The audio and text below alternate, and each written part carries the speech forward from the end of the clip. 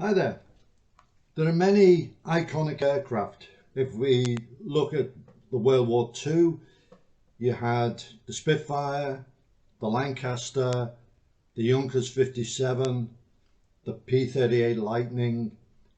Then in the jet age, aircraft like the Vulcan, the English Electric Lightning, who designs that are visually impressive and also perform very well.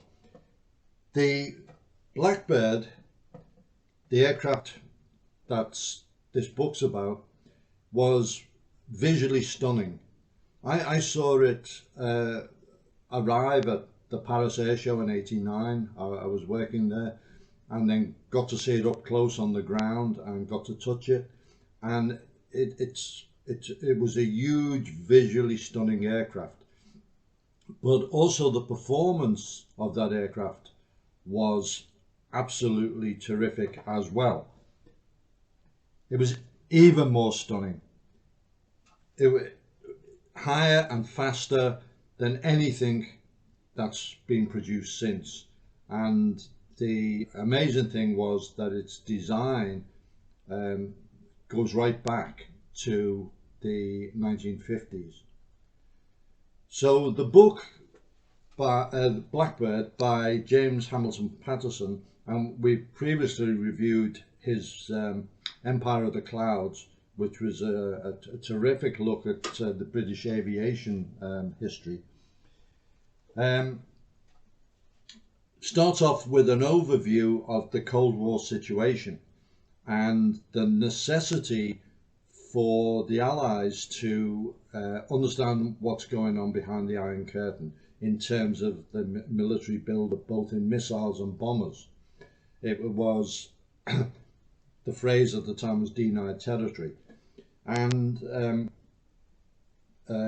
reconnaissance overflights flown by the United States Air Force, several of them were shot down, which led to Congress banning the United States military from such flights. So they turned to the RAF, and the RAF started conducting deep penetration flights over the Soviet Union, starting in August of 1953, when a Canberra overflew Kapustin Yar missile range. And those flights, or the record of those flights, still hasn't been told. The RAF's penetration of the Soviet Union is still a very, very secret operation. The Canberra, which was our reconnaissance platform and was flying, in fact, it's still flying somewhere in the world, I believe, by some air forces. It was the RAF's reconnaissance platform until fairly recently, was then manufactured under license in the United States by Martin. So what happened then was the CIA decided to get into the business of high altitude reconnaissance and built an aircraft which was originally codenamed Aquitaine, which entered service as the U-2. Now, the U-2 was designed to fly higher than the Soviet missiles could reach. And it, for weight reasons, it had a very flimsy structure, very limited undercarriage.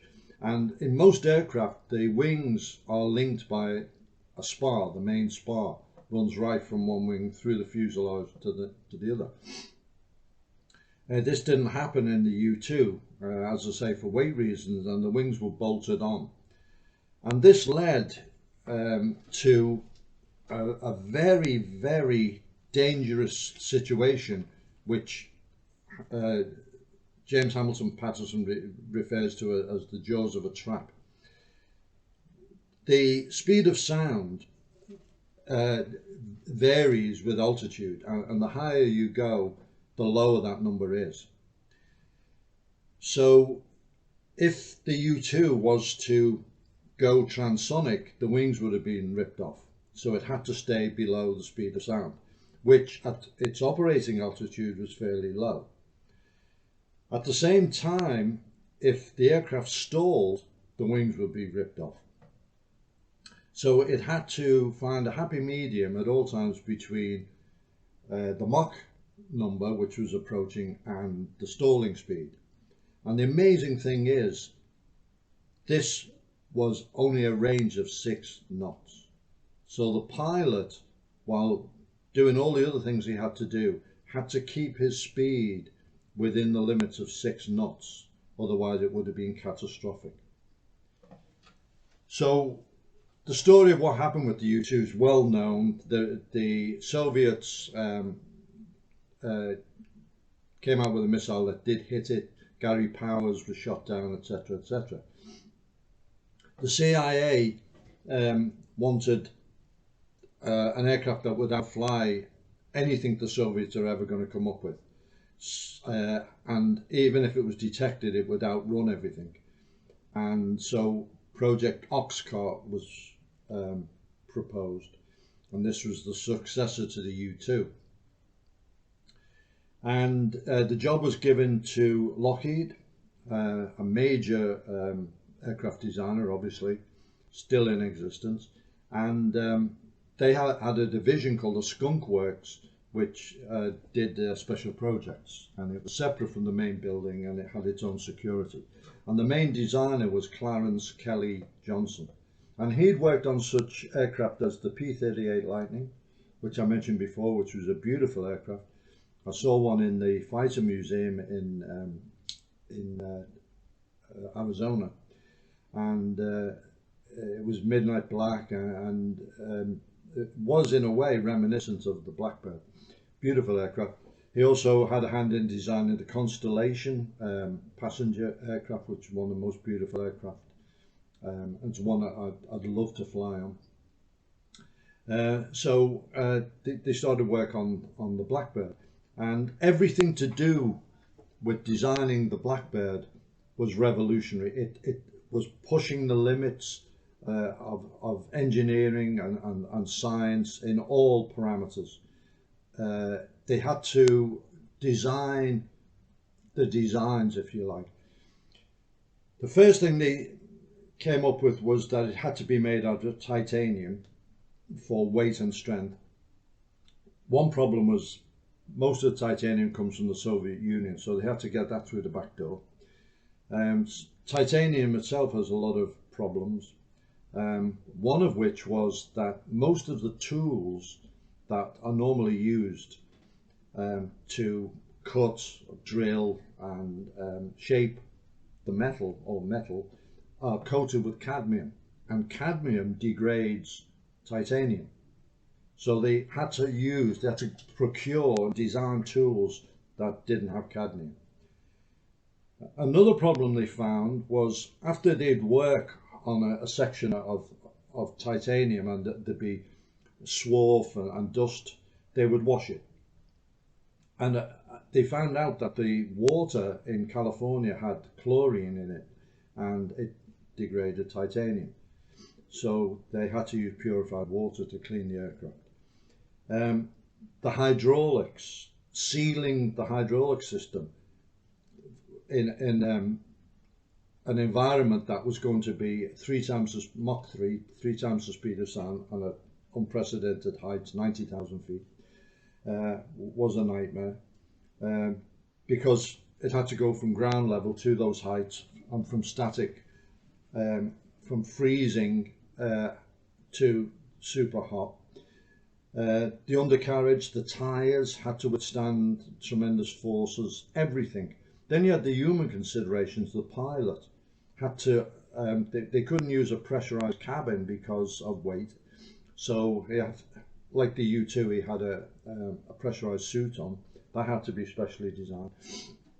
All these considerations. Anyway, Lockheed Skunk Works and Kelly Johnson overcame all of these problems, and they got the thing flying, and it was a winner. It did everything that it was supposed to do. It did have problems. There was a problem called an unstart, where if the airflow into the compressor could cause a stall, and one engine would just stop.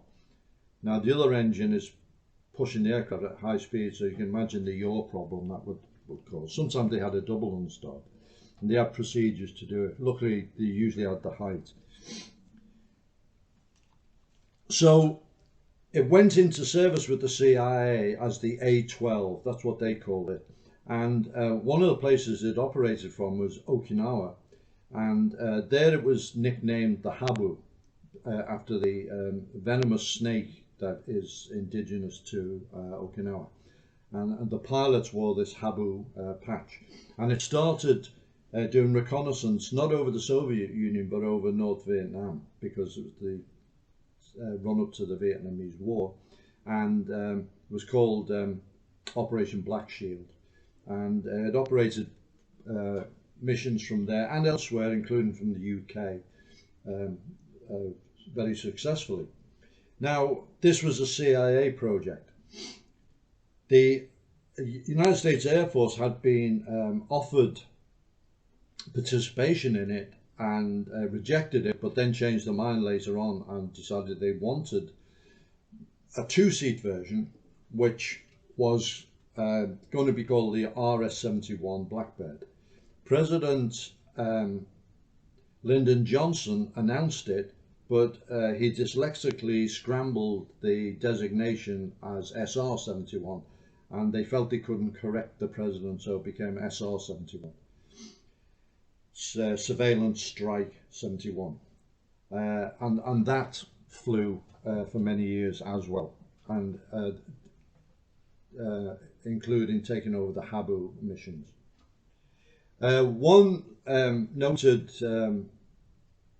mission that the Blackbird did was when Libya was a problem, and the United States decided to strike the Libyan capital with F-111s. They needed reconnaissance, and they sent a UK-based Blackbird. They were refused permission to overfly France by the French, those wonderful allies, and so they had to go the long route round. But the aircraft developed some sort of problem, and on the way back, the pilot made the decision he had to overfly France, whereupon the French sent up some interceptors, and the pilot just selected Mach 3 and just left them behind and returned to the UK. In a fit of official vandalism, when the Blackbird service life was finished, all the tools and all the plans were destroyed by order of the government, so it could never be built again. Why this happened, who can say? And unfortunately, an aircraft that had unprecedented performance and still outperforms anything today will never fly again. Satellites largely took over the job of the Blackbird, but it would have still been a useful platform to have. I mentioned the camera before. I remember reading about the PR9 version, a reconnaissance version. It was used in the Falklands, and one of the things that struck me is the performance was such that it could fly at 40,000 feet over the Isle of Wight and read the time on Big Ben in London with its cameras. So most of the world's aircraft, air forces have retained, including the United States, retained photographic reconnaissance by manned aircraft of some port. Unfortunately, the Blackbird will never be one of them again. The book is terrific. James Hamilton Paterson is a superb writer. Makes it very, very interesting, explains all the technical problems very, very well, and it's a real fitting tribute to an aircraft that we can only now ever see in museums.